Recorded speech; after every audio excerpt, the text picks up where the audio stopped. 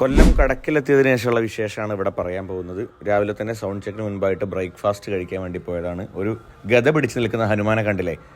പക്ഷേ ഇതൊന്നും മൈൻഡ് ചെയ്യാതെ വേറെ ആളപ്പുറത്ത് കഴിക്കുന്നുണ്ട്. സ്ഥിരം കുറ്റവാളി ഇതാക്കണം. ഇവിടെ തലയും മാന്തി എന്തോ കഴിക്കാൻ നോക്കുന്നു. ഞാൻ എന്തായാലും ഒരു മസാല ദോശയാണ് ഓർഡർ ചെയ്തത് സൗണ്ട് ചെക്കിന് വേണ്ടിയിട്ട്. അത് കഴിഞ്ഞതിന് ശേഷം പെട്ടെന്ന് തന്നെ നമ്മൾ ഇറങ്ങി.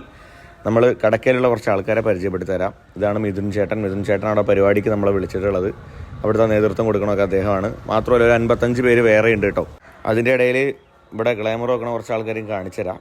എന്തായാലും സൗണ്ട് ചെക്ക് ഗംഭീരമായിട്ട് നടന്ന് പെട്ടെന്ന് തന്നെ നമ്മൾ തിരിച്ച് റൂമിലേക്ക് പോകാനുള്ള ഒരു സംവിധാനം ചെയ്യാൻ വേണ്ടി നിൽക്കുകയാണ്.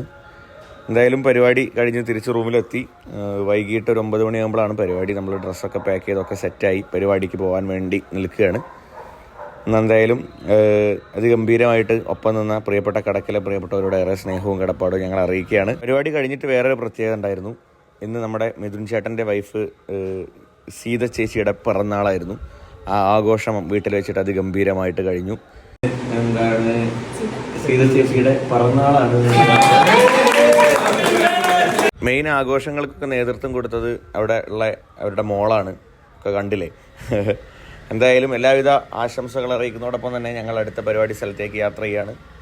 എന്തായാലും പിറന്നാൾ ആഘോഷത്തിലും നമ്മളൊപ്പം ചേർത്തിയതിന് മിഥുൻ ചേട്ടനും കുടുംബത്തിനും നമ്മളുടെ എല്ലാവിധ സ്നേഹവും കടപ്പാടും ഏറെ സ്നേഹത്തോടെ അറിയിക്കട്ടെ.